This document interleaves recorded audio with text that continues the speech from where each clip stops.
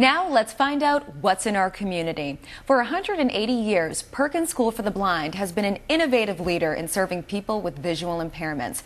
President Steve Rothstein joins us with more. Steve, it's an honor to have you here. Thank you. It's a pleasure to be here. Now at Perkins, you say, all we see is possibility. Can you explain your mission? Sure. We believe for the students we serve on our campus and the community and internationally that they can do anything, and that whether it be going on to pursue great academic achievements, artistic or other things, that if there's belief in them, if they have teachers who know what they're doing, if they have the right traits, they have that. And it's important to look in the context. When Helen Keller came to Perkins, her father first described her as uneducable, but by finding the right teacher and the right positive spirit, she was able to do so much. Our students today can also do so much. We believe in them and so much they can do. And can you talk about some of the on-campus programs that are offered at Perkins? Sure. We have a full academic program from pre-kindergarten, elementary, and secondary. We have students who are blind and deafblind. So all of the traditional academics, reading, writing, math, we offer those.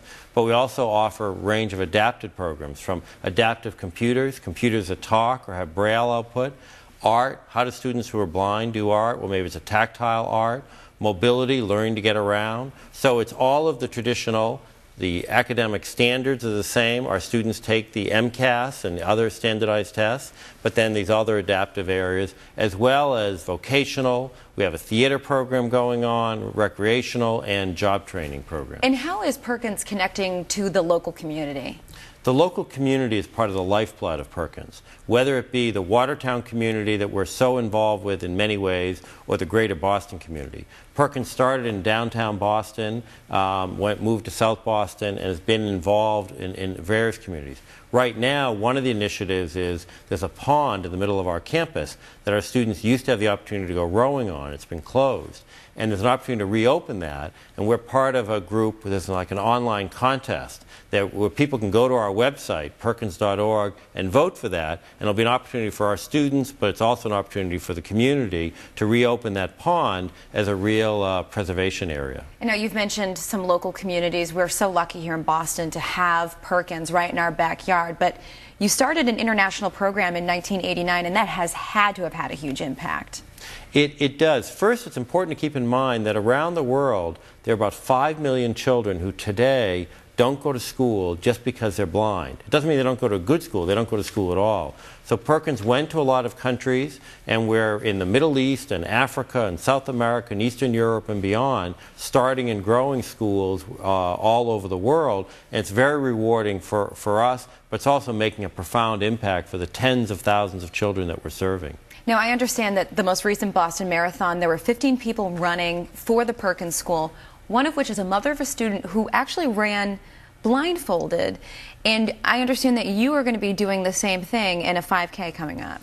Exactly. At the marathon, one of our runners, Leslie Nordine, who's a mom, she ran the entire marathon with a blindfold on. That's amazing. It's quite remarkable. She had a tether, like a shoelace, with somebody guiding her along the way, three different people along the way.